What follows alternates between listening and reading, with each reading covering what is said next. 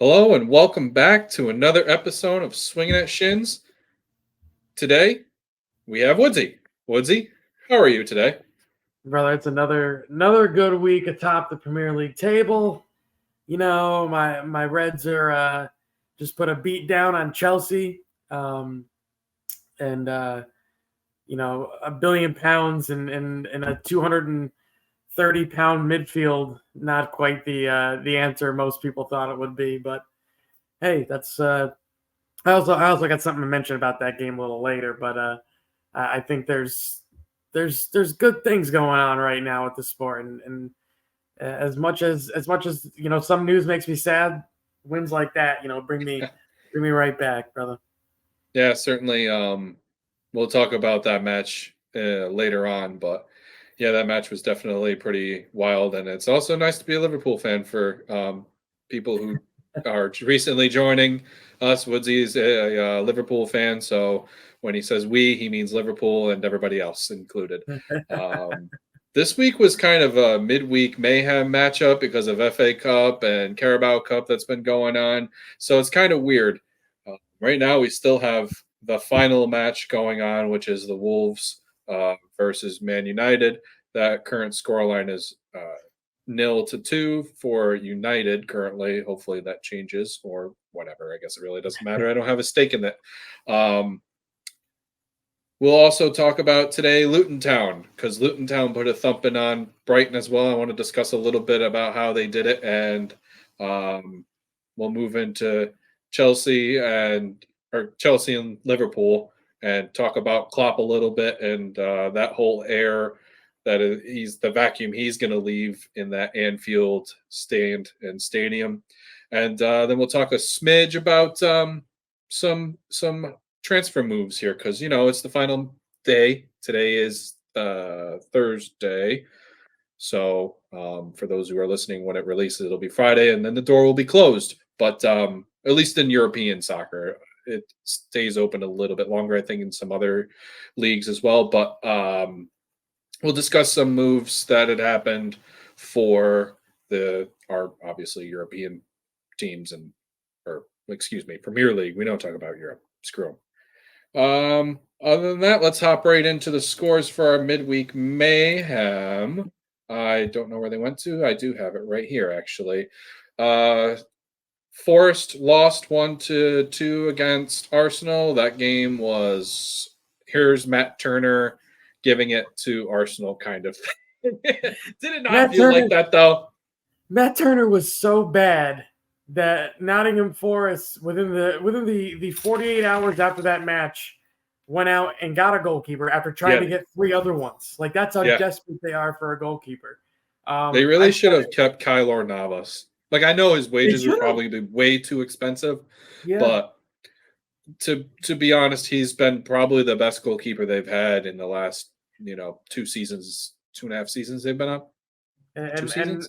and Matt Turner, I'll be honest, and I've said it a few times. I think he's the worst goalkeeper in the Premier League, and I'm a guy that roots for him. But ever since he made that move to Arsenal, he hasn't been good. And when he made the move to Nottingham Forest, he's been even worse. And Yeah, it doesn't bode well for the U.S. men's national team as far as goalkeepers are concerned. I would agree with that, especially because I'm not sure who the Chelsea goalkeeper is that they bought. The Gaga American Slonina, kid. Yeah, I don't think he's quite ready yet. yeah. It's Matt Turner or nothing, kind of, for the States anyway. I can't remember the kid's name, but there's a kid actually, a goalkeeper, that a young kid that plays for Barcelona's academy. Mm. That I guess is one of those ones that they're Tim Howard's talked about quite a bit. He's one of the ones I guess I'd keep an eye on. But my goodness, Matt Turner, what is he doing? What is he doing? Full job. In fact, I think Arsenal, I don't know what Arsenal did with silver tongue wise to be able to sell um, Matt Turner for, I think it was what, 10, 12 million or something like that. Something like Not that, worth that. He's worth like 500,000, unfortunately, but yeah. you do He's with a what championship level goalkeeper. To be honest with you, you think that's what he so. is. You think he's even Yeah. that? I think that's about where he is right now. Oh, Yeah. that's tough to hear as far as a United States men's squad loving fan. So, Moving on to the rest of the scores here. Fulham draw even 0-0 with Everton. That was a sleeper. My personal favorite was Luton Town beating the hell out of Brighton 4-0 at home. Adebayo scores a hat trick. Did you happen to see how long this man's name is? I did actually, and I attempted it to read it out loud. Not my proudest moment. It sounded like I was having a stroke. So definitely, definitely not quite the name I'm gonna ever try to pronounce again. I looked at it too, and I tried the same thing. I'm like, I don't even think I got most of those syllables right. Yeah, a lot of It was, O's. yeah, it's a lot. Crystal Palace and Sheffield United. Crystal Palace won 3-2. Aston Villa loses for the first time at home against Newcastle 1-3. Hated every minute of that match. Moving on, I don't need to say anything more about that. Manchester City beat down Burnley 3-1. A fiery match actually with Spurs and Brentford because Neil Maupay is a dirtbag. Spurs end up pulling through 3-2 against Brentford. Liverpool 4-1 against Chelsea. Just dismantled Chelsea. We'll hop into that too. A final score for today: West Ham and Bournemouth draw 1-1. And Wolves just put in a goal against United. It is 1-2. Oh, I'm sorry. It's 1-3. It didn't refresh fast enough.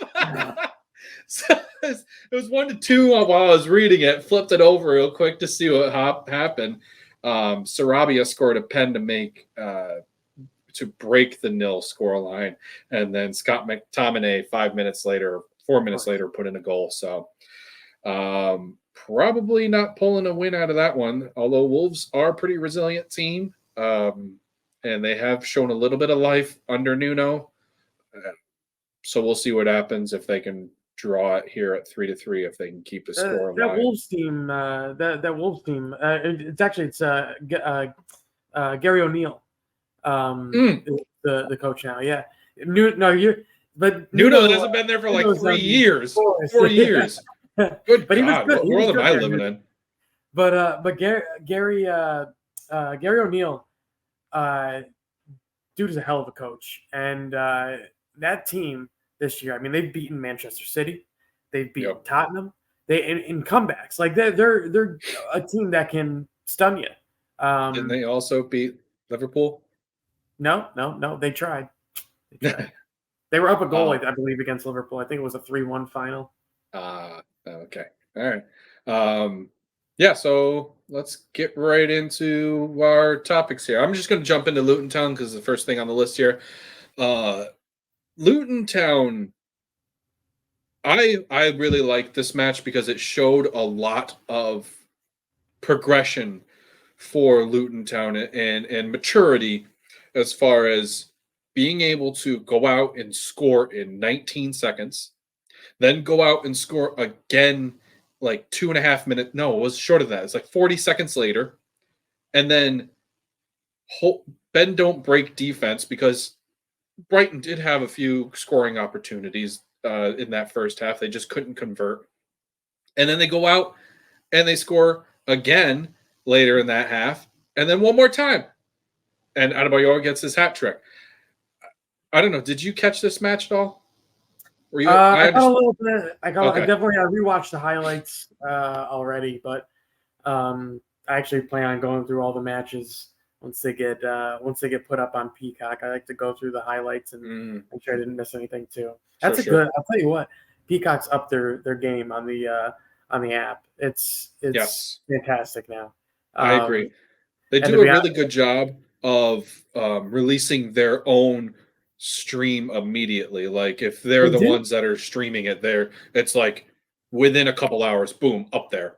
If it's on like USA or NBC, it takes like another day. It takes like the next 20 hours for them to load it up. I don't know why, but I guess it's usually they do a good replays. They do good with the like 95% of their content's really good stuff. So definitely, if anybody listening hasn't checked it out, definitely go ahead and check out the stuff now on Peacocks. It's very, very good. Well, I was even saying when the World Cup was happening and Fox was doing their highlights, it's like 2.5 to Yeah. 4.5 minute long highlights. And I'm like, how do you fit almost 110 minutes of Yeah. playtime into 4.5 minutes? The game. What do you mean? Well, yeah.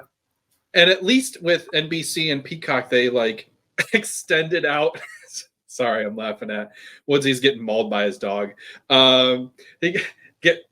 Peacock extends it out for like 10 to 15 minutes, so at least you get a comprehensive highlight, and I love it. So even if you watch it on YouTube, definitely subscribe to their channel to be able to get more comprehensive video watching if you don't already just watch the full games like we do, because we're nuts on that. But turning back to Luton, what was from what you had seen, what did you see that Luton did really well, or how they exposed Brighton? I mean, the Luton really likes to turn, they play similar a little bit to the way Brighton like to play. They like to play an up-tempo, progressive match, try to get the wingers involved, Doughty and guys like that. It's one of those, they're a fun team to watch despite them being one of the ones that we all expected to go down. Sure. They don't have a star player. I mean, you can say Adebayo is for the most part, but what are you talking about? They have Ross Barkley. Yeah. He's a star. Yeah, Merseyside doesn't really think fond of Ross Barkley. Well, yeah. Either side, to be honest with you, either side. But no, but they're not going to overpower you in any single way. They're going to find different ways, but they're going to do it with the same tactical ability that they've been, all season. So they want to go quick. They want to be up tempo. They want to be able to counter you. They want to, take advantage of the open space, or take advantage of the open space when they do have the ball at their feet. It's always kind of been when they don't have the ball, how are they, going to be able to cope? That was always kind of one of their weaknesses. They did a fantastic job, I thought, shutting down Brighton defensively. As much as we want to talk about them scoring 4 goals, I thought defensively they were outstanding. And this is a team that, their captain Tom Lockyer's just been cleared to, return to the maybe not to the team, but he's returning to the the training grounds to start solo workouts and stuff like that. So it's a team that doesn't have their captain. They've already they're not going to be able to get anybody in the transfer window. They're playing with what they have. Yep. And I'm shocked that they're actually able to make it work the way they are. They handed it to Brighton. They really did. And it's kind of almost a blueprint as to how to play Brighton. Adebayo, I thought, was fantastic. The guy, I don't think it's going to be his last hat trick. I can tell you that right now. I don't think he's going to be one of the guys that will fall off, the cliff the way a lot of guys do. When we talk about Joshua King and guys that have gotten hat tricks and stuff like that in the past that are on one of those teams that we expect to go down. This dude's different. And he's big. Oh God, he's a beefy hold-up boy. Play, maybe not as good as I'd expect for a guy that big. I think that's something he can definitely get better at. But they're a fun team to watch right now. They're sneaky good when it comes to getting goals in quick succession as well. Because not only did they do it against Brighton, but look what they did at the end of that game against Chelsea too. Same type of way they wanted to play, and it was only the last 15 minutes of the game. They finally were like, all right, let's go. And they almost came back and won that one. But I gotta say, they're surprising the hell out of me. But if I'm taking anything away from this game, it's how awful Brighton were. They were by far the most shocking thing out of that game. Defensively awful. They had a couple injuries. I know Milner went down. I believe João Pedro might have gone down as well. But it looks like he might be back sooner rather than later. I can't remember. But yeah, that's an interesting way these two teams are going to end up to play out of this game. Like, how you don't expect Brighton to give up 4 again the next week, right? And we don't expect Luton to score 4 the next week. So it's an interesting game, and how I think both teams are going to be coming out of it. Yeah, I agree. I think Luton Town have. It was nice for the fans to see a 4-0 victory and to be able to handle one of the big boys and put them away handily. I definitely agree that the defense and the camaraderie with wanting to hold a very powerful team, as in Brighton, to a nil scoreline definitely showed. They played very narrow. And when I mean narrow, they protected the center of the pitch, so it makes it harder for teams to pass in there. And that the only way that they would be able to be beaten is through crosses or trying to get to the byline to kind of chip it towards the 6-yard box. And Luton did a really good job of just trying to. They stuck to a game plan and it worked. And it worked really well for them. They also did something that I didn't notice them doing in the beginning of the season, which was counter pressing up high. Like they really did what Brighton liked to do, and that's the same thing. Brighton typically like to counter press high and make you have turnovers in your own half. And Luton, it seemed like for every Brighton player, there was 2 Luton Town players on that person at all times, and it was insane. And Brighton couldn't find themselves out of a wet paper bag. That's how bad Brighton were playing. It was really tough to watch. But honestly, Rob Edwards, head nod to you. You did an extremely good job in handling Brighton. And Adebayor, he's on a scoring streak. He scored last match as well. He's got 4 goals in 2 games. I agree. I think he's a very big guy. He's only 26 years old. If he can find his body movements around the pitch, I really think he could blossom into something bigger than what he is now. I also commend Luton for getting more than 12 points. So they beat my true false a long time ago. I said that they would only get 12 points. They're at 18. You know what? That puts them 17th right now. They are out of the relegation zone. So I think that's something else to really hang your hat on if you're a Luton fan. We're not first off, we're not last. And we aren't in the drop zone either yet. They're probably going to keep playing back and forth with it. But if they give themselves a chance to, on the final match day, be able to stay up, anything is possible with this team. Yeah, and I would even add to your point too. They're saying that this team has probably, if you look at all those teams down there in the relegation, probably 16th down, 7th, 15th down, they probably have the most momentum out of all those teams. Oh, heck yeah. So and they're coming down to a stretch where, you got a lot of teams upwards, on the table that you can probably upset because they're playing in other competitions. They're playing in Europe. They're playing in FA Cup. Yep. And Luton, for the most part, if I'm not mistaken, they're out of all those competitions except for one. So it's a very good spot for them to be in right now, and it's surprising as hell, to be honest with you. I mean, I like it. It gives a little more parity to the league, and it's not just like, oh, we can just walk all over the bottom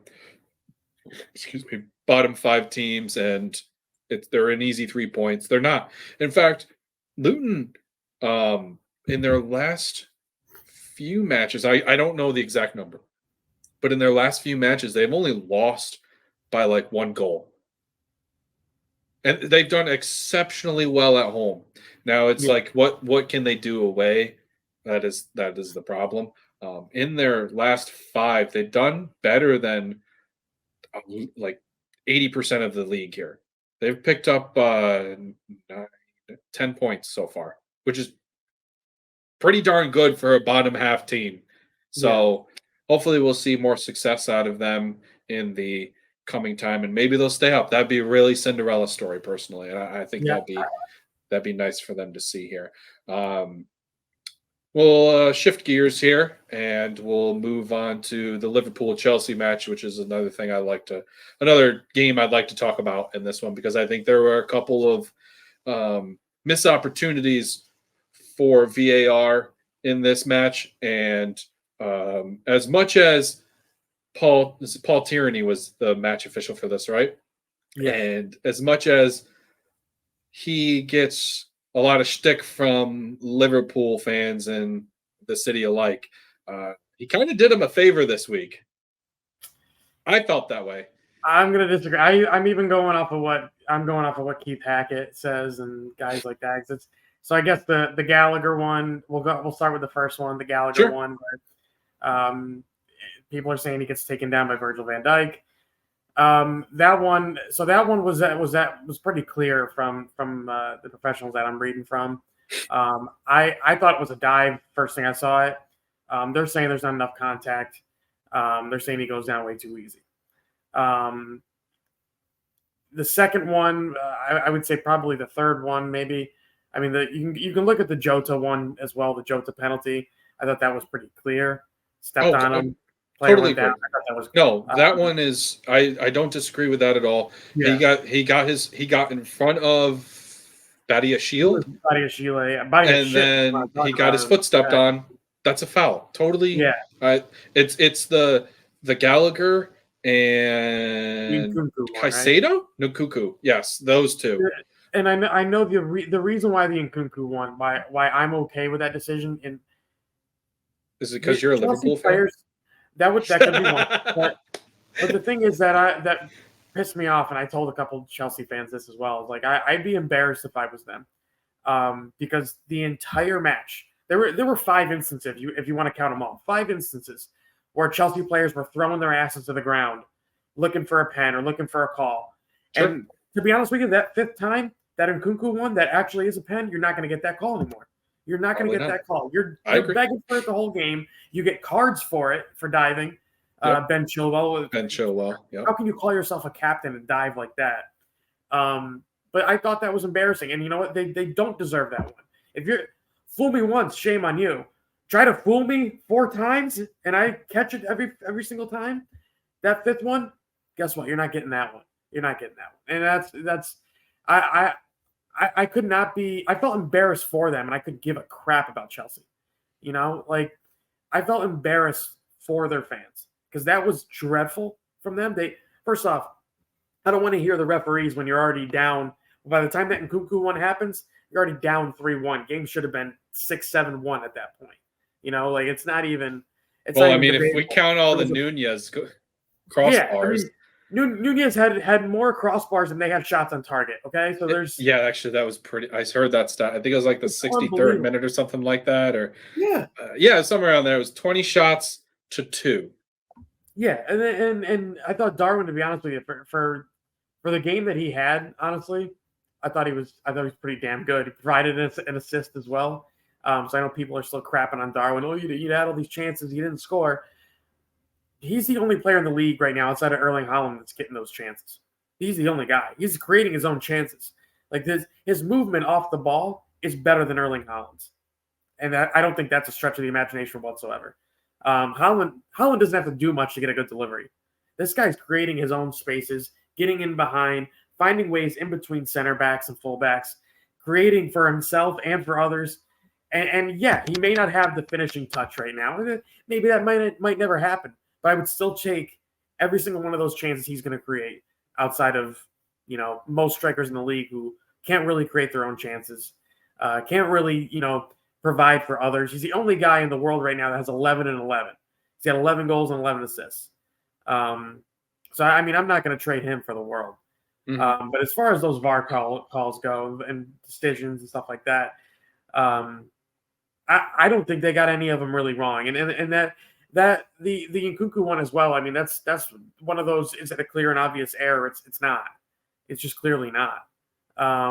That's the last part of the equation that you need is clear and obvious, and it's just not clear and obvious.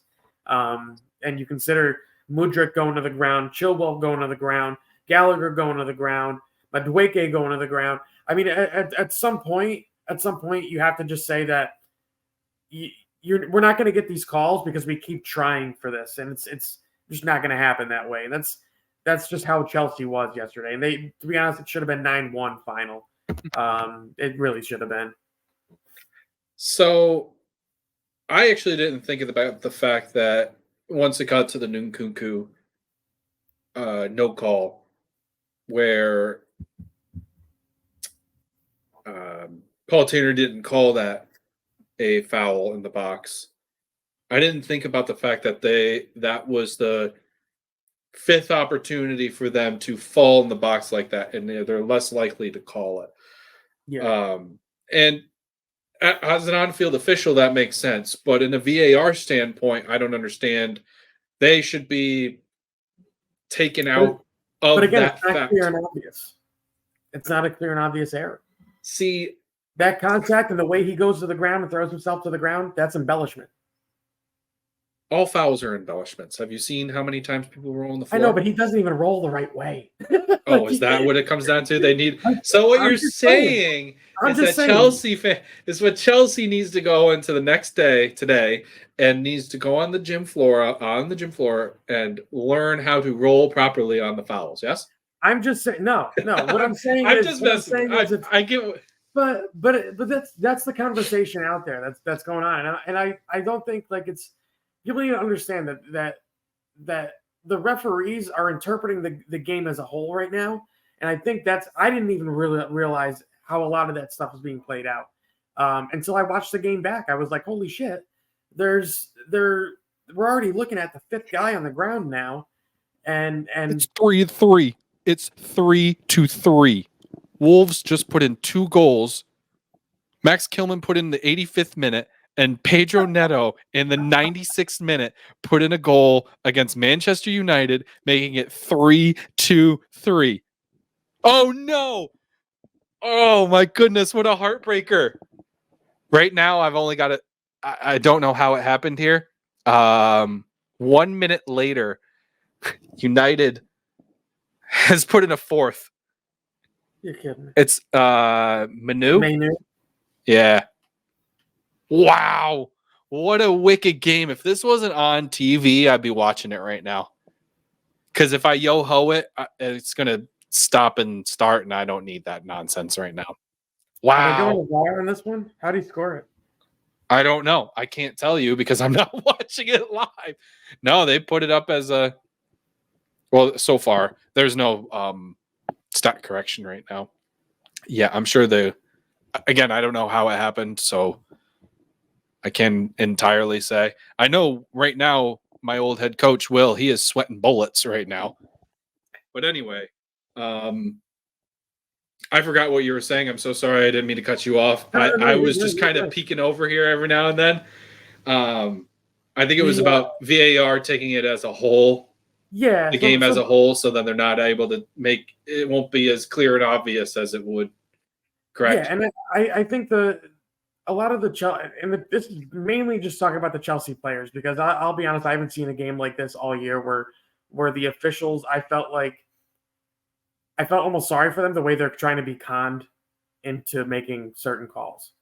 Well, so they're taking specialties from Sterling. Sterling is one of the biggest, I want to call him a flopper artist of falling down in the box. It's shithousery. There you go. That actually is exactly what it is.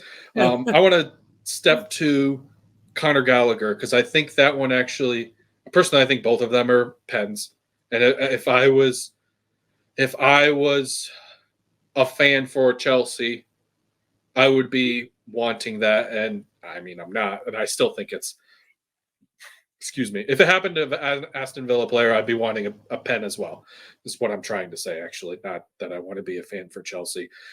Point is, if Virgil van Dijk's leg is not there, Conor Gallagher gets to that ball. There is an opportunity for him to get to that ball.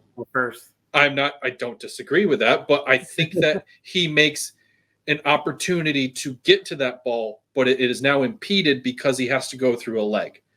I think that's a foul. That if that happens outside of the box, that's a foul.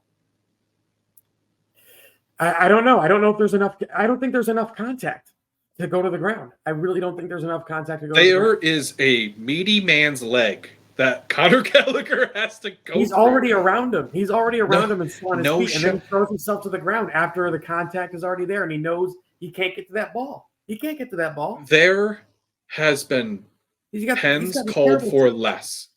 I think that's a penalty. There absolutely has been called for less. I think that's a penalty. And I think I don't know. Was it Virgil van Dijk again that hit Nkunku's foot? Yeah. I don't remember. I also think that is because we see plenty of people getting their feet stepped on outside of the box, and that's called a pen. And that's not called a pen, obviously. I'm sorry. It's called a foul. Happens in the box. But again, I think you're right with the fact that it's been a buildup of all these dives and all these, play acting in the box that Paul Tierney and VAR just overlook it. They're just like, the thing is, one team needed to do that yesterday in order to have a shot at winning. One team. oh yeah, no, let's not look over the fact that Liverpool absolutely dismantled Chelsea here. Chelsea had no answer to what Liverpool were handing to them. Hold on, I want to look at the stats for that match as far as possession and everything goes. Give me just a hot minute. So ball possession was 50-50. Expected goals, though, take the caveat of the penalty, so that's like a 0.9. They ended up with essentially a 2-goal expected, 28 shots, 13 on target, 4 big chances. 2 of them missed because, well, Darwin Nunez. And they actually had less passes, more corners. Just want to see something real quick here. Here we go. Duels. 53 duels won. Ground duels, they won 56% of the ground duels. And that's exactly what it felt like, too. Like, every time it felt like that Liverpool, much like Luton, it was for every player that was on Chelsea, there was 2 Liverpool players on there. And the passing it seemed dreadful. Always an arid pass. Aaron? I don't know how that one works. Pass from Chelsea that would land in Liverpool's feet to be able to turn it over to counter. Nothing was working for Chelsea. And the fact that they got a goal was just a crapshoot. It just happened. So, and I would even add that if Szoboszlai and Connor Bradley weren't taken off literally 2-3 minutes before that goal, right. it's probably still, there's probably not a goal there for Chelsea. I thought those two defensively were really good on that side. Yes, I totally agree. But the midfield in general, Alexis McAllister absolutely has to be in there for signing of the season. No offense to all the other guys that have had a really good season, but the guy's playing out of position for what most people think is out of position, playing a 6 when he's he was a 10 and an 8 for the most point when he's playing at Brighton. But he's coming here and he's statistically one of the best number 6s in the league. He's probably only behind Rodri on defensive stats. It's unreal how good this guy is playing. Absolute game manager. I believe he won almost all of his challenges against Caicedo and Enzo Fernandez yesterday. I think he only lost 1. He was absolutely brilliant. I think he lost maybe two or 3 challenges the entire match. But I thought a $35 million midfielder outdueled a 225-pound midfield. Unreal how good he was yesterday. As good as Connor Bradley was, and Connor Bradley was really the talking point. As good as he was absolutely brilliant.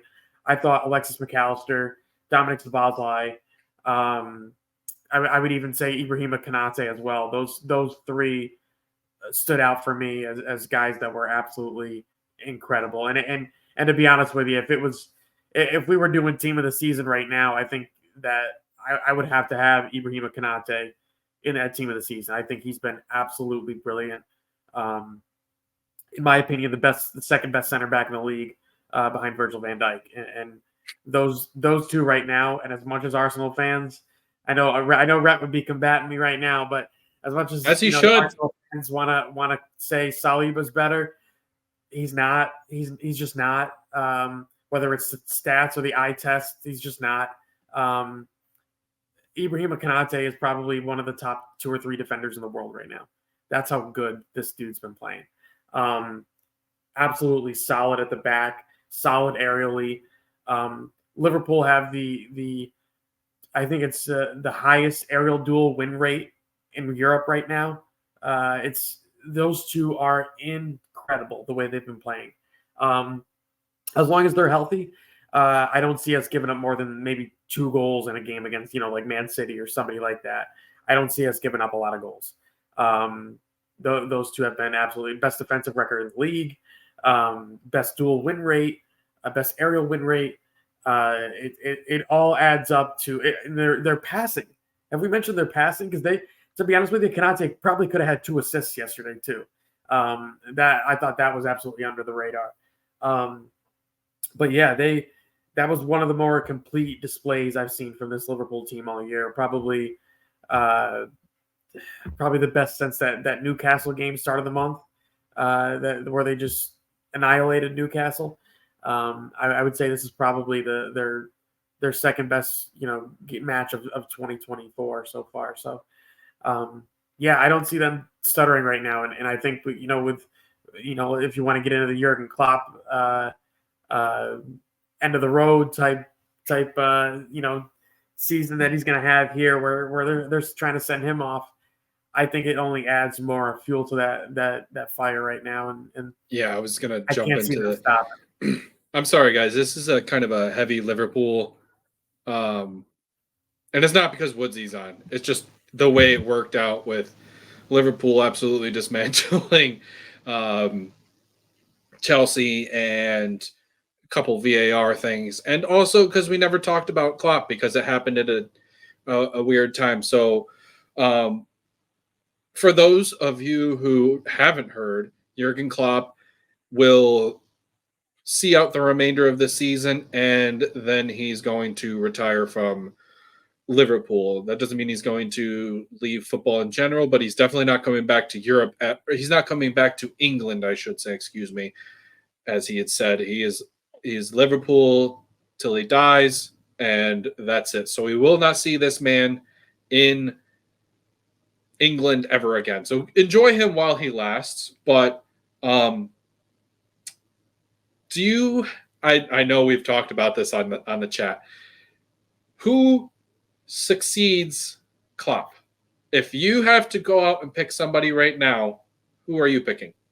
Xabi Alonso. It's got to be Xabi Alonso.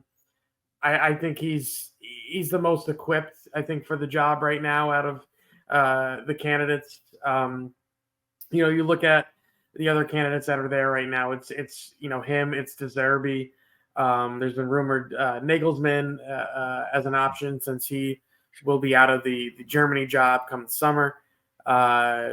There's some talks of some low key or potential guys I'm not quite high on right now. I don't know if there's really a guy that you can kind of pinpoint outside of him that makes the most sense. Play style is quite similar to the way Liverpool play. Might be a few little adjustments, but he does like the full backs kind of bombing down the sides. I think he'd be probably the best fit for Liverpool. I don't think De Zerbi is, as much as people really like the way he coaches and manages a team. I don't think he's quite ready for this yet. I think Thomas Frank probably is a better option than him. That's an interesting take. I think he's probably the better one. If I'm looking to win right now, probably go with Thomas Frank. If I'm looking to, develop players and develop young talent, which Liverpool is set up for right now. I mean, you look at a lot of the squad. You got a 22-year-old Dominic Szoboszlai. You got a 20-year-old Connor Bradley. Trent's only 25. Darwin's 25, 24 or whatever. Like, I could see where people are going with De Zerbi because he does fit a lot of the credentials. But I think it's no matter what, it's got to be Xabi Alonso. Unless you can pry, Pep Guardiola and get him out of the 115 charges they got facing him right now. I mean, there's a open door right there, my friend. There's a team in Red and Merseyside that will take you in a heartbeat. He wouldn't even have to move very far either. For people who don't know geographical layout of England, United, yeah, the whole city of Manchester is called United. Anyway, Manchester's like 20 minutes down the road. It's not that far. He could still live in Manchester if he wanted to, and then drive to Liverpool. My tinfoil hat theory is that they talk to his representatives and kind of give it, feel him out and see what he's thinking. But yeah, Xabi Alonso is the way to go. The sporting director is going to be the big thing for me, because I like to have familiarity, whether it's between the coach and the sporting director or the sporting director and the club. Yeah. One of those two have to have some type of familiarity. So you look at guys like Tim Steidten from West Ham, was previously at Leverkusen. He's the one that brought in Xabi Alonso to Leverkusen, signed guys like Julian Wirtz, signed Edmund Tapsoba, Piero Hincapié, sold players like Moussa Diaby. Yep. He did a lot to make that, did a lot to make that club what it is now. They went from Neverkusen to Leverkusen, basically, is what he did. So I think that's a name to keep an eye on. Obviously, Michael Edwards, former sporting director at Liverpool, who stepped away a few years back. I think he's another one that the fact that there's already concrete evidence that they're trying to bring him back, and that he would listen, I think is something that kind of sparked my brain a little bit, because that's the guy I would want. He's my number one choice. He's actually, I don't know if you know this, but he's actually a part shareholder now in Bolton Wanderers, because it's his company that he's working with right now, Lutonomics. Is a sporting company that basically takes data and statistics and that's how they basically bring in players and sell players and find out what players work best for their system. So that's the company he's running right now. And after leaving Liverpool, he's basically doing the same job, but is able to kind of expand his horizons to go to all these different clubs. So Ian Graham is another one that works there with him. Those two. Graham ran the data department for Liverpool for years. But those two together are Luton on it. Lutonomics, I think, is the name. I can never say it. But it's an interesting. If you ever want fun little thing to research one day, it's that. So those are the two names I think for sporting director that you definitely got to keep an eye on. Familiarity. Both of them, whether it's with the possible Xabi Alonso coming in with Steidten, or Michael Edwards, who has a familiarity with FSG. Those are the those are the two options there. Obviously, there's other ones out there that there's a couple from Germany. There's a couple from the Premier League as well. Naturally. I think it's going to end up being something that gets announced relatively soon. I would say probably by the beginning of March. Excuse me. Oh, you think that early, huh? I think it has to be. So the reason why you want it done that early, as far as that position goes, because that's something that you can get through to the agents of the players you're trying to get contracts with. So what is the idea? What are you trying to pitch to these guys? Because you got Trent Alexander-Arnold, Virgil van Dijk, Mo Salah, all up. Contracts are up at the end of the 2025 season. So you got to bring all three back. In my opinion, bring all three back. I mean, at worst, you maybe sell Mo Salah for a ludicrous amount of money to Saudi, right? Yeah. So I would say you probably bring at least two of the three back. I would bring back all three. But what that does too is all the guys that just came in, all the guys that have contracts coming up after that, it's a little bit of familiarity and solidarity in what the plan is going forward. Because the plan under Jurgen Klopp is easy. It's there. It's Jurgen Klopp. He's the plan. Yeah. There's not much outside of the best coach in football, arguably the best coach in football, wanting to bring you in or wanting to keep you and wanting you in his team. Easy pitch. Easiest pitch on the planet right now. Now that that's not the case, what's the pitch to get somebody to Liverpool, to keep somebody at Liverpool, to make them, the destination that they were under Klopp? That's the thing that I think is in the back of a lot of fans' minds right now, or should be in the back of a lot of fans' minds, because it's the only part of the puzzle that's uncertain right now. Everything else is in place. The players, that you just brought in at the club. You have a lot of youth coming through with Bradley and Kwanzaa. Kwanzaa, I mean, guy is a Virgil van Dijk regen. Dude's incredible. There's a lot of positive there, but the uncertainty with, who's coming in for the coach, who's going to be the sporting director, what's the goal for the next couple of years, that's where I think definitely it's questionable at best right now. I will agree with you on that.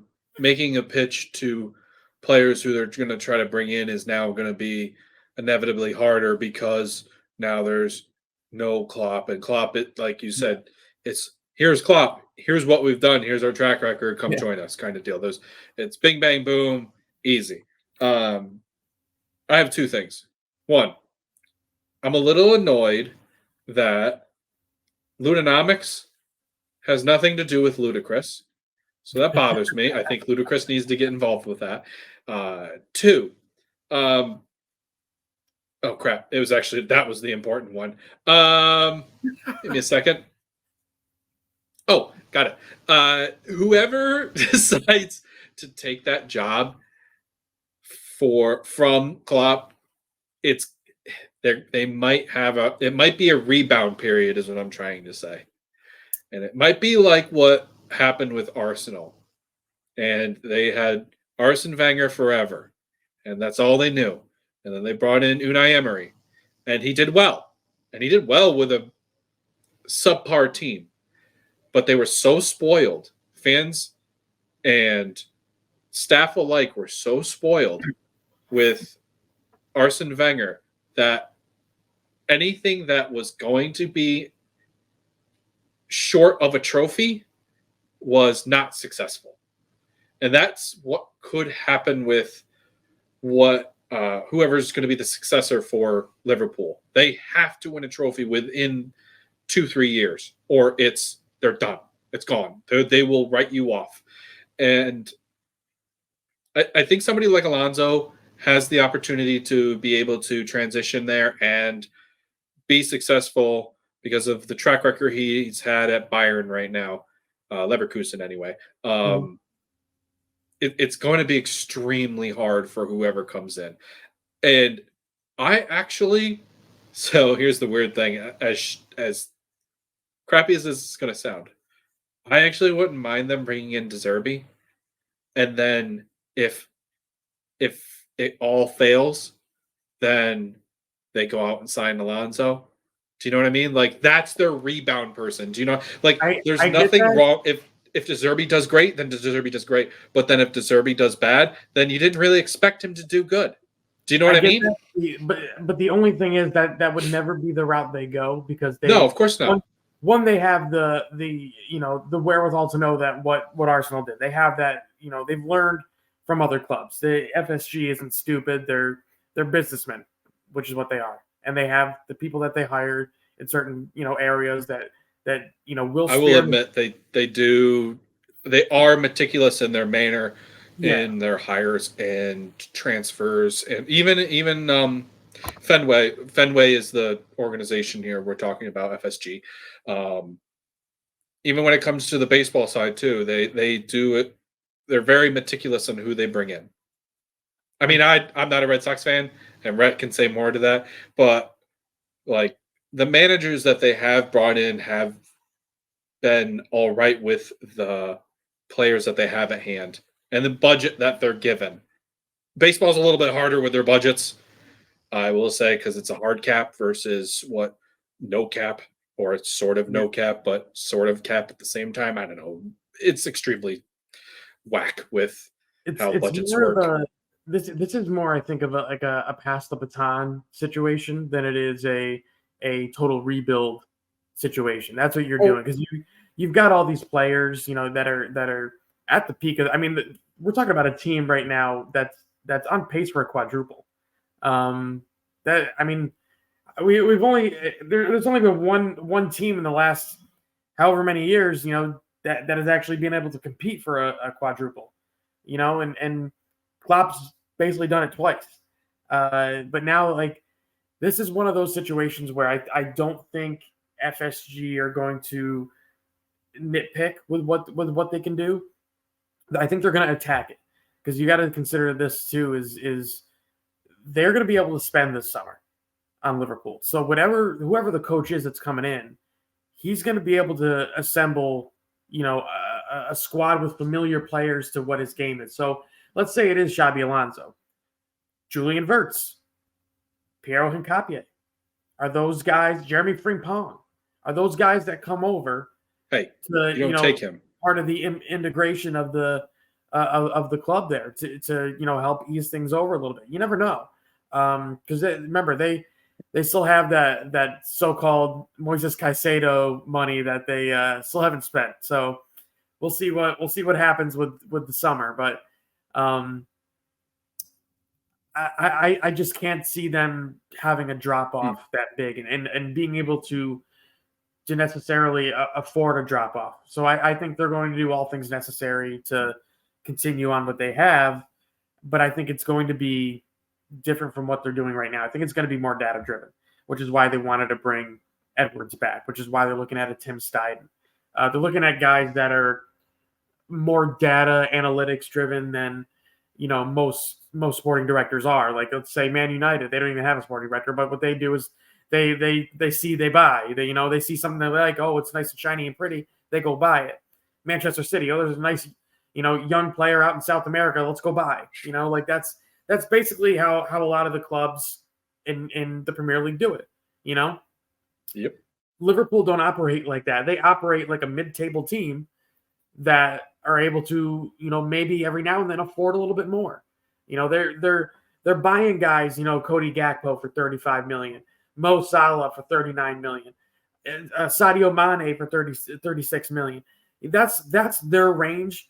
I mean, Andrew Robertson, 8.5 million on basically what is a swap deal. That's the type of deal that this club is trying to get through. It's not so much the big, earth-shattering deals that a lot of the bigger clubs are. You look at Manchester City, with Liverpool, spending 35, 36, 40 million dollars on a player and continually doing that. Man City is more 50, 60, 70 million on a player and continually doing that. Laporte, Gvardiol, John Stones. You look at the majority of the goalkeeper as well. You look at the majority of the players for City, and obviously Liverpool have spent with Virgil van Dijk and Alisson Becker and Dominic Szoboszlai was 60 million. Yes, they've spent, but it's not quite the spending that most people think it actually is. When our back line is essentially 120 million pound back line when you really think about it. Virgil van Dijk 75 million pounds. I believe Konate was 35 million pounds, so 110 million pounds, something like that. So I think it does come down to whoever the sporting director is. That's basically what I think is going to end up being the hero, be all end all with how Liverpool go forward. So I'm going to throw some names out to you. Yeah. They're currently employed. They're currently employed. That's what I wanted to say. Mm-hmm. You tell me yay or nay as far as possible opportunities. I like this game. All right. Thomas Tuchel. No way. Would not have him at all. Massimo Allegri. No. Juventus. That's right. I'd stay away from him all day, every day. Luis Enrique from PSG. I'd say no as well. I'd say no. Really? I thought that one would be the one that'd be like, okay, I could agree with that one. Yeah, as a third or fourth, fifth choice fallback, yeah, but there's not much there that's really going to intrigue me. As far if I'm already on the squad, there's nothing going to intrigue me there. Do you remember the head coach for Lens, where they were dead last, and then Frank. Oh, fuck. His name is French, so I'm going to butcher this the hell up. Frank Hassi? Sorry, guys, I don't speak French, and I'm not good at French translation. Sorry. It's as Randy Jackson would say, it's a no from me, dog. Fair enough. No, I'm not on that one either. So a lot of these clubs I've been picking that are at the top of the table, OG Nice is at the top of the table for League One. Francisco Farioli. Probably not as well. I'm just going to throw it out there. Nah, I'd say no on that one. Fair enough. This will be the last one, and this one would probably be the closest to who Klopp is as a manager as far as intensity, and it's Diego Simeone. Yeah, I would take him. Yeah, okay. That's fair. I don't blame you. Diego Simeone is one of those guys who's been kind of forgotten about because he's been at Atletico Madrid forever, and he's always had issues with Griezmann. It's just, I think he's still a really good manager, excuse me. They've got him third right now. I was going to throw out the Granoa manager. Give me a second. I got it up right now. His name is just Michel. There's a few other guys that I would even.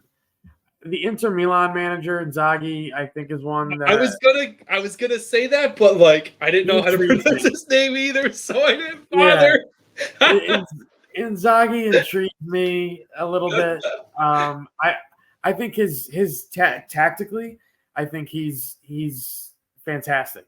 There's been talks of him. There's been talks of what's his Italiano. I don't really understand that one as much. I think Inzaghi really would be. I'd be interested in that one. Fair enough. Out of the Prem.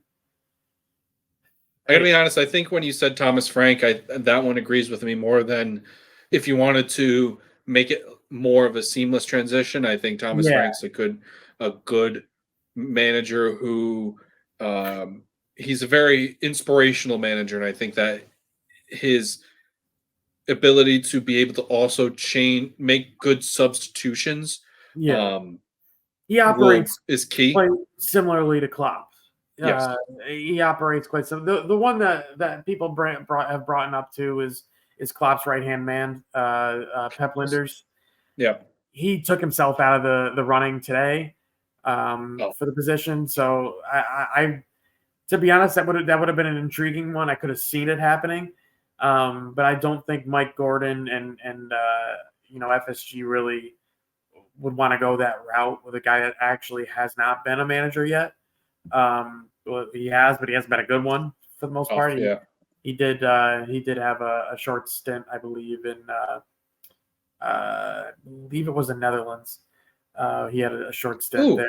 Speaking of Netherlands, how about Louis van Gaal? Nope.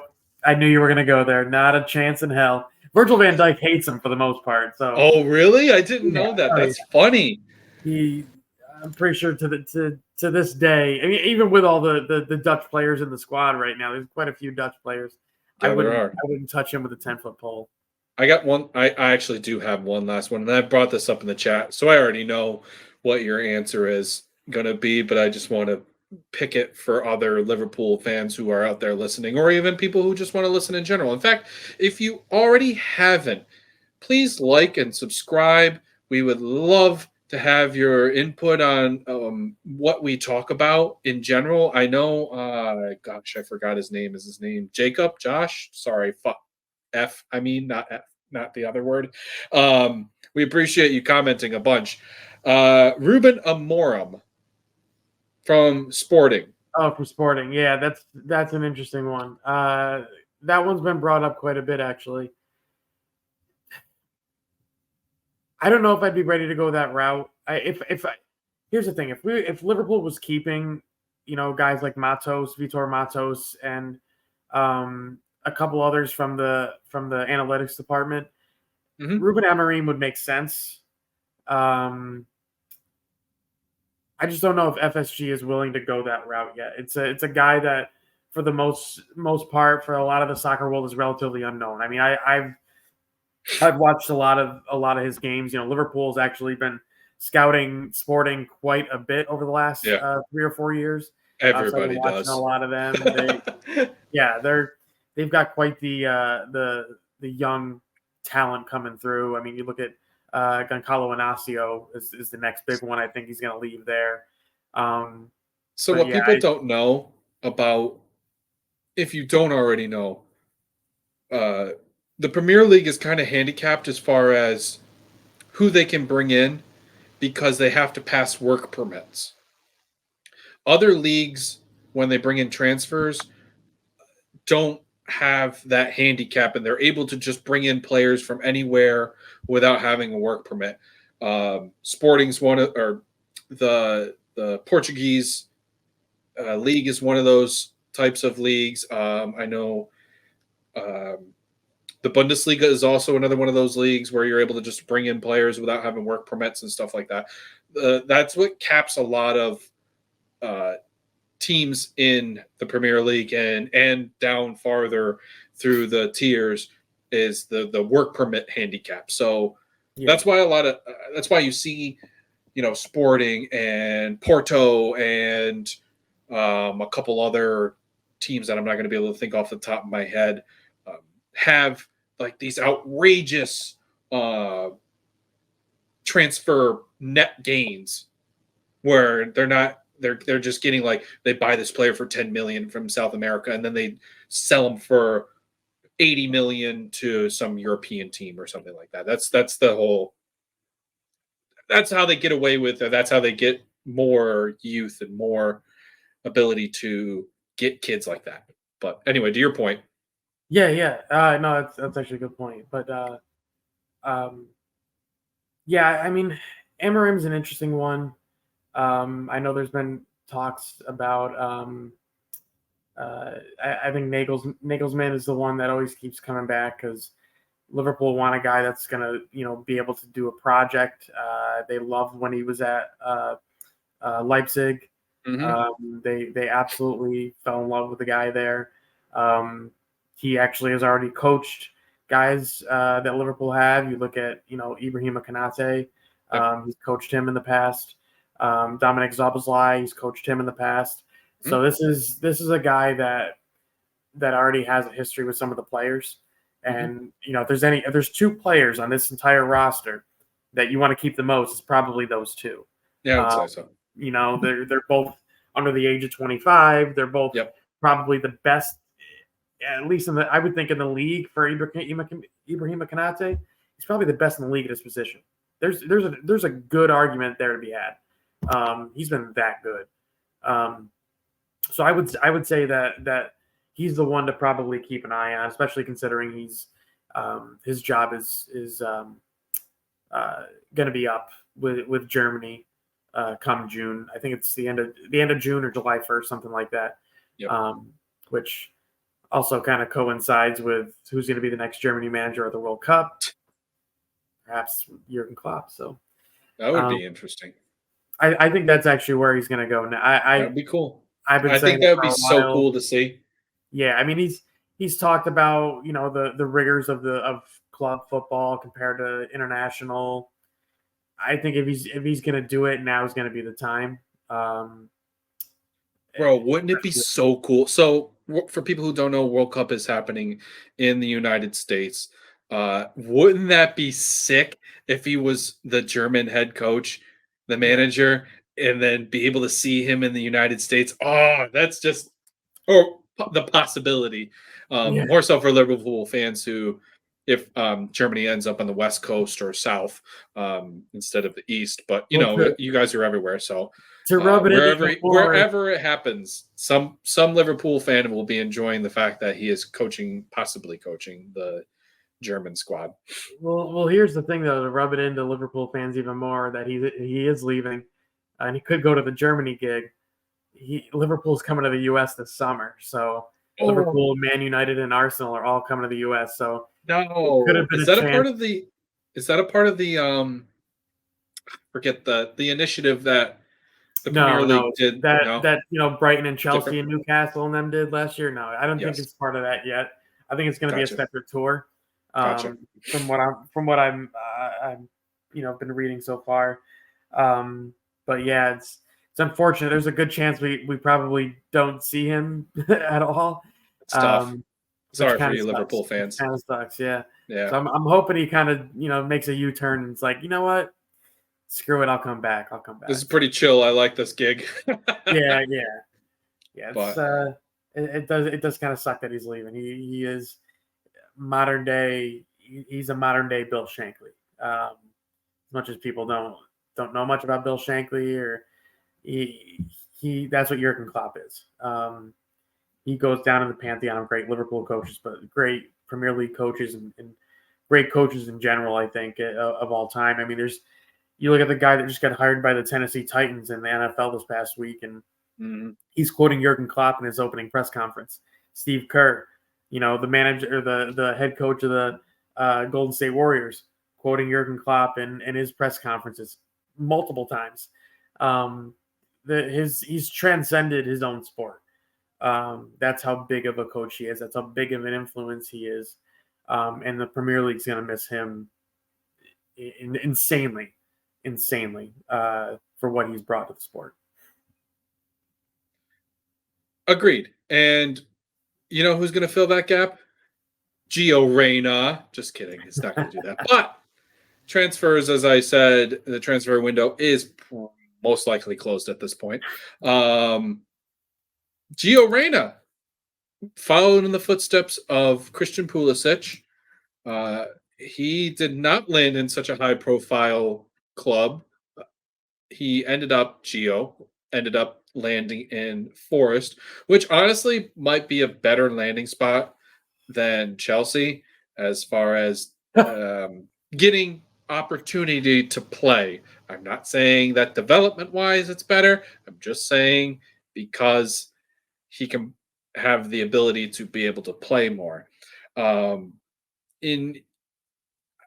think that this is going to be a good move for him. I think there's been a lot of not speculation. What's the word? He's kind of. It seems like he's outgrown his stay at Borussia, and I think that he needed a new change of pace. And I think there's still a little bit of Berhalter hold. That whole Berhalter controversy that's still kind of hanging above his head because, it happened in the World Cup and it's the largest sports tournament in the world. So I think there's a little bit that I think he needs to prove that he's capable of doing it under the big lights in the Premier League. I think this is a good move for him personally to be able to get out there and play and be able to get out there right away. I think he's just going to plug right in personally because he has to. There's no two ways around it. He has to go out and he has to show that he's a genuine talent and show the United States fans that he is somebody to get behind and root for. While I don't think Forest are going to do well, I think he's going to do well. How do you feel? Is it going to be better than Pulisic when he transferred kind of deal? I'm on the fence with the deal. I think first off, I think it's a great deal for Dortmund. I thought they were brilliant in getting this done. You sign him to another year onto his contract, so he's with them. So in case he does do well here, I mean, there's more money for when you do eventually sell him. Yep. The thing about Gio Reyna is his health. That's always been the question. Yep. The talent is clearly there. Clearly there. I would probably say that outside of Pulisic, he's probably the most talented player the U.S. has ever had. I would say Pulisic and then probably him. For what he can do with the ball, what he can do to a team, how he can influence games. What about Brian McBride? Josie Altidore. No, God. I think Gio Reyna is quite possibly one of the most gifted athletes the U.S. has had as far as men's soccer goes. I would even say that if the injuries didn't impact his career thus far, I would say that he would probably have had a better career up to this point than Christian Pulisic. I agree with that. I don't disagree. That's not a hot take. That's a very well thought out take. Thank you. I love the guy's game. I've been before a lot of the injuries came about when he was at Dortmund, I was kind of hoping Liverpool would be like, hey, let's just go get this kid. We got an American owners. Let's go get an American player, Yeah. And never quite worked out. But this is a good deal for Dortmund. For him, it's one that I'm kind of on the fence with. I want to see how it plays out. I want to see how Nuno will implement him into the squad because you look at his best position is where Morgan Gibbs White is going to end up playing. So do they move him a little bit out further wide to the left? Do they maybe drop him a little bit deeper, almost like a 10 or an 8 type player, and have Morgan Gibbs White play off of him?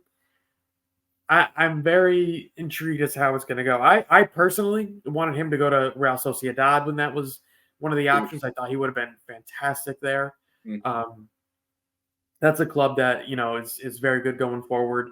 Like to have a little bit of a creative spark up there too. So I thought he would have been a perfect one for them. And they're still in the Champions League, so I thought it would have been more reps likely for him being there with the extra games. So that was my original place that I wanted him to go. Fiorentina was another one that I thought would have been interesting because they're technically, I believe they're still playing in Europe too. But that's the other one. It's an interesting narrative that's going to be there for him the rest of the year. I just hope that he's not being influenced by people that are driving his career into the ground. I'm aiming this not so much at his father. I mean, I think that's where a lot of people are going to go, but I aim it more at his agent, George Mendes. I think that's the one guy that I've seen. He's made some deals in guys' careers that have been, incredible, but a lot of the deals you look back and think like, what's the point behind this transfer? And that's the guy that would probably, bring questions about for me, outside of Gio's actual play and injuries. But we'll see how this works. I think it's an interesting narrative for the end of the season. Another American in the Premier League. Hopefully, this one's a little bit more successful than all the other ones of recent notes. So yeah, let's see what happens. Well, I mean, there's still Tim Ream. Tim Ream has developed pretty well there. Yeah, but he can stand on 2 legs. Yes, that's true. Because we obviously know that if he's got a broken arm, he'll still play. That dude's a baller. And I know I poo-pooed him on the way early on in our podcasts, and I wasn't really a fan of him, and I apologize. I should take that back. I should have been more of a fan. He's a high-quality player, but we're not talking about him. It's Gio Reyna here.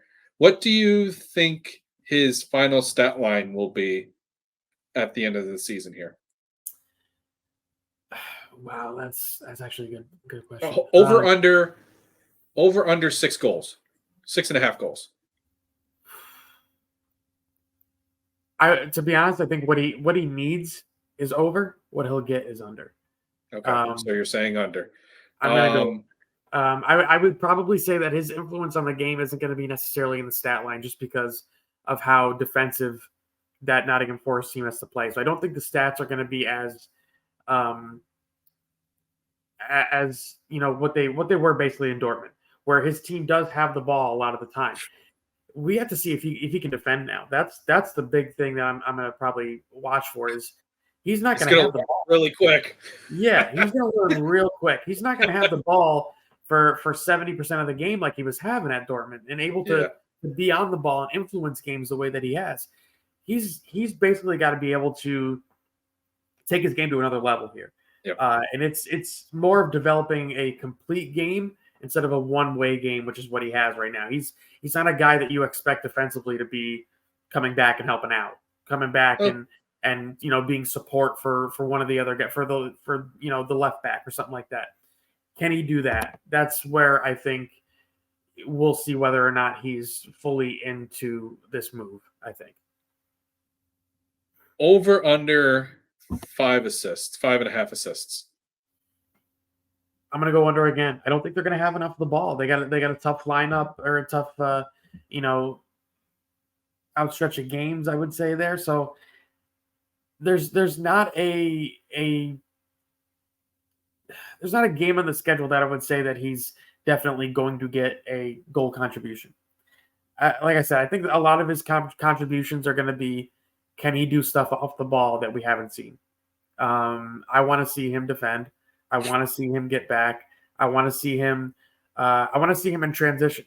If we're talking offensively, I want to see him gather the ball, off an outlet.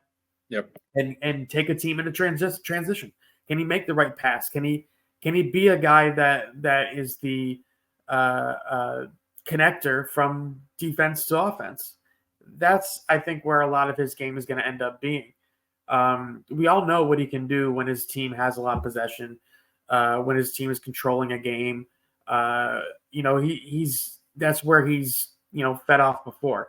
I want to see him do stuff he's uncomfortable with, because that's how he's going to grow as a player and develop. So I think that's where a lot of the focus needs to be as far as U.S. national team is concerned, and just his career in general.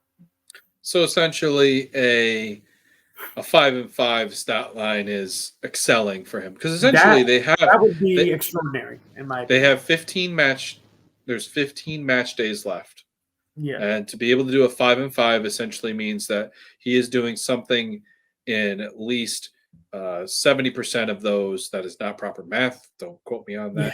But at least he will be contributing to most of the games in the next coming matches. So I think if you're looking at this, a 5-5 is a very good set point for him. Like that's excelling. I think his set point realistically 3-3. And just being able to, like you said, come back, play defense, play that supporting role where you're able to come back and be able to help transition the offense. And I think that's definitely something that maybe Nuno for Forrest is looking forward to doing with Gio here. Last and final bit here, VAR. We didn't talk about it enough today. We get to talk about it a little bit more. For the it's possible anyway. They still have to go into teams here. For the 24-25 season, VAR will be explained. The matchday official will be able to explain what their call and the decision was. So essentially, what the NFL does in their on-field decisions. And we will have more clarity at that moment on why they made the decisions that they made. Is this good, bad, indifferent? What do we feel? If that's what's actually happening, definitely. I mean, this is extraordinary. This is amazing. I didn't think they were actually going to go through with it. Is it confirmed that that's what they're doing, or? So that is what the PGMOL had put out there. I think it still has to get approved by club owners. Okay. So it's got to get voted on through them if they want that or not. I think the clubs will be on it. I'm worried if the FA and the EFL would probably squash that. I'm surprised the PGMOL went forward with it. I haven't seen that yet, but definitely, my goodness, that is I think they want to have more clarity because I don't think it's not it's the IFAB, the International Football Association Board. Yeah. But I think they would want to have this happen because I think people want to know what their decision, why they made the decisions that they made. And I think they're tired. They want more of what they're hearing like 2 months later, like the whole Liverpool Arsenal handball in the box from Declan, I think it was at the moment. Odegaard. It was a blonde. No, wait, he's not blonde, as in Rice. Yeah. He is? I don't know. I don't pay attention to hair. I obviously don't have hair, so I don't pay attention to it. I'm already jealous enough. See, that's why refs are bald. They're just angry all the time. Anyway, as a fan, I'd like to have this too. I would like to be able to understand why they made the decisions that they made at the moment that they made them. I think after a few seasons, people are going to get bored with it, though. Do you know, like, oh, it's an exciting thing to hear about this, but then it's like, how will they? Are they just going to add the explanation to stoppage time? Do you know what I mean? Because then they got to say what it was, or are they gonna? Is VAR going to radio it into the announcers so they are the ones that are saying it? Personally, I think that might be the best case scenario. I think there's something similar in rugby. I'm not quite 100% positive on that, but I think I've heard that there's something quite similar in what rugby um, does in their sport. So I'm interested to see how that essentially will work out. But it's great for fans because what we're looking for is explanations and decisions, because there's been so many controversial decisions over the last however many years. Goodness, just the season alone. Just the season alone has been awful. But the thing that I'm kind of hesitant is I already feel like there's a lot of egos out there as far as the referees go. Howard Webb being one of them. Howard Webb is the one that wants this. I don't know about that. I think secretly what he's doing is I think there's something going on behind the scenes with him. Do you think he's trying to make himself look like the good guy, and then he's like hopingly wanting the clubs to shoot this down? Like, oh, I tried to do this. Well, I don't think the clubs are going to shoot it down. I think the clubs are going to go for it 100%. I think. I meant, like, if that were to happen, he's like crossing his fingers, like, oh, I really hope this gets shut down. I don't think he'd put it up for vote if that was the case. He's only looking out for himself and the referees. He's not looking out for the clubs or the players or anything like that. He'd never put himself or his refs in the line of fire, basically. I think there's definitely more to this as far as what's in it for the referees, because essentially that's I've always seen the referee organizations, whether it's PGMOL, you name it, they always seem to put themselves, I think, on a pedestal to the game, to the players that are actually playing. So, there's certain referees that will make sure that they're the center of attention. You're looking at David Coop. Howard Webb. I mean, it was pretty obvious. Not Howard Webb. I'm thinking of Jeremy Gallagher's another one. Who's the guy from Simon Hooper? Hooper. Mike Dean, John Moss, guys like that are not in the game anymore. What they did is they made the game about them. We need guys. So, and I made a comment actually recently on Twitter X or whatever the hell it is now. I made a comment that I watched the game, and for the first time this past week, I didn't know the referee's name for the whole game and after the game. I had to look it up. It was Liverpool Norwich on Sunday this past week, and it was an EFL referee. The guy was fantastic. The guy was absolutely fantastic. Not a single controversial call the entire game. Don't know who the referee was. I can't remember off the top of my head. The guy was extraordinary. That's how referees are. I don't need to know who they are. They need to come do their job, and nobody's paying to see them. They're paying to see the players. And yes. The referees in the Prem right now think they're an attraction. They're like the ringleaders. Part of it is the Premier League's fault, because not a single league in sports publicizes the referees and the referee appointments the way that the Premier League does. They have a newsletter, basically, an announcement go out before each match week. That's not normal. That's not normal. I can already tell you. You're inciting you're inciting the fans basically into getting them upset before a game's even kicked off. Right now, I can already tell you who's reffing the Sheffield United Aston Villa match. Oh, you want to hear even more controversial? It's Paul Tierney. You want to hear controversial? David Coote, who was the VAR referee who didn't give Martin Odegaard's handball, is the VAR for Arsenal Liverpool. That's controversial. That's corrupt. And you guys get Anthony Taylor again. I mean, he's not. Are good you guys on Peacock? You know what? Let's just. Yeah.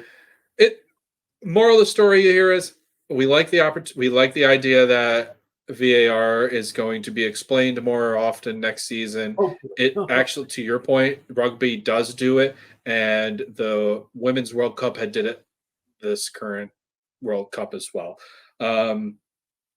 This will be the last thing we talk about. Arsenal Liverpool matchup that we have going on, the Premier League has going on. Yes, I own the Premier League now. No, good God. Arsenal Liverpool, February 4th, 11:30. For those of you who aren't doing anything on that Sunday, go to Wolf's Beer Garden. Watch Woodsy and Rhett shout at each other or hold each other in combative niceness. There we go. That's what I want to say. It's gonna be a good day. I'll be down there bright and early.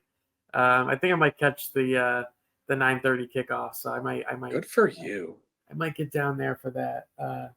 I'm thinking about coming down there myself, to be honest. I'll be the mediator. I'll be the mediator between you two. We behave pretty well. I know you do. Me and Rhett, I'm actually the one that doesn't behave unnaturally.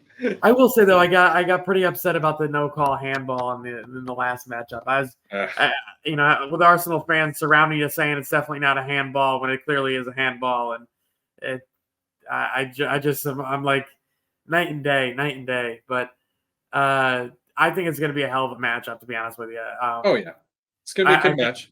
Liverpool, even without Mohamed Salah, they're flying right now. We got 9 goals in the last 2 games. We haven't given up that many goals, to be honest with you.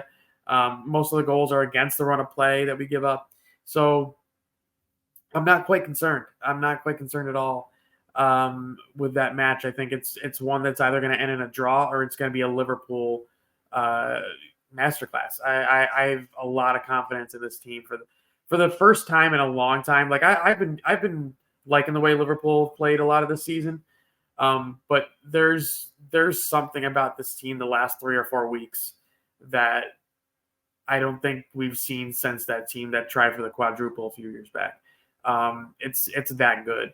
The rotation that Klopp's subs this year have been pretty darn good for the most part. I think he's had a couple subs here and there that have been questionable. But for the most part this season, I think that's been one of the crucial parts of their success. But this game's going to be freaking intense, man. And it being at the Emirates, I think kind of makes it even more of a big game, I think. Because, it's always a big game at Anfield. We always expect it to be a big game at Anfield, but Arsenal haven't beaten Liverpool Arsenal have only beaten Liverpool one of the last 5 times at the Emirates. And that one was last season. And I don't know if you remember that game, but there was remember the whole VAR camera issue with Arsenal not being able to have the ball ruled out of play against Newcastle. Remember that game? Yes. So the first ever game we had where VAR couldn't get a camera angle was that game.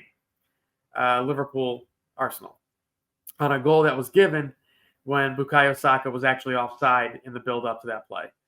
And then there was obviously controversial Gabriel Martinelli dive in the box in the late in the game that ended up deciding it. There was no handball called on Gabriel in the box as well on a Diogo Jota. Are you spiteful? How do you remember this stuff? Listen, man, when you lose out,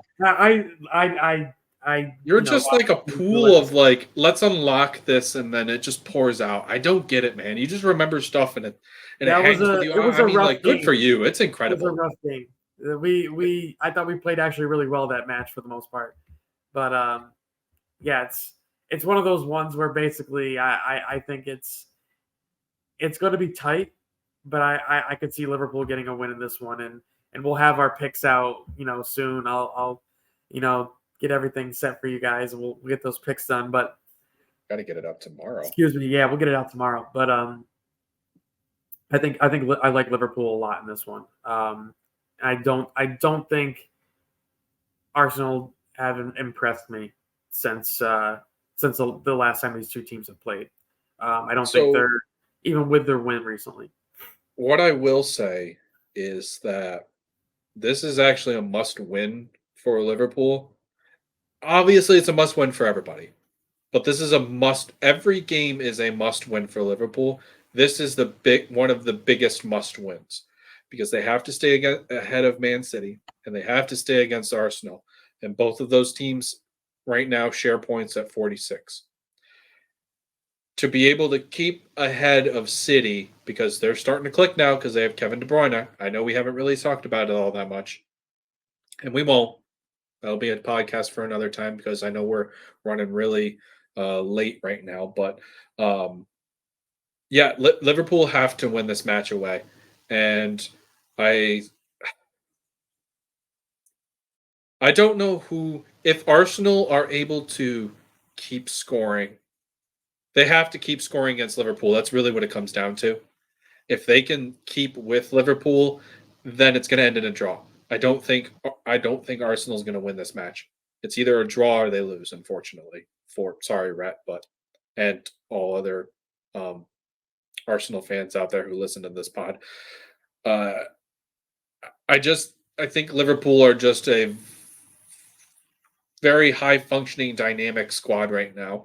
And I think that the whole Klopp thing, leaving, not really retiring, but leaving, puts a lot more vigor into the players, and they want to win this for Klopp for the last season. And I think that's a lot of people are going to start leaning into at this point. So count me one of those two opportunities. I think this is going to be a fun match either way.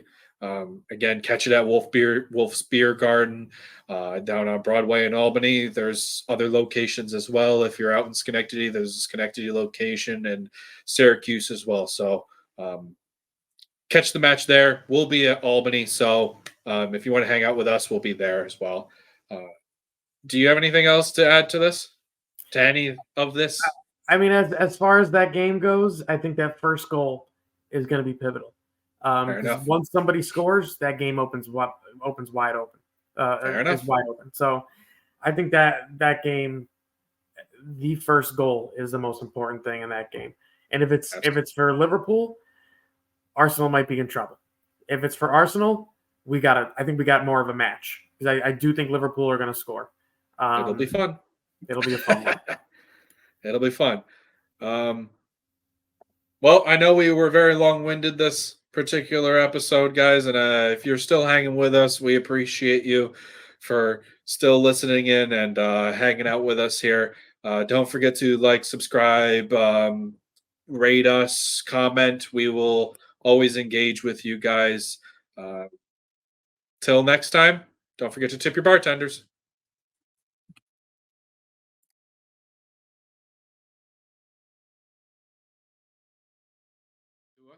If you guys want to hear or see more, we have links in the description below. We hope to hear from you soon and hear more about what you have to say. So stick right here on the Overwatch League report on Wicked Good Everything.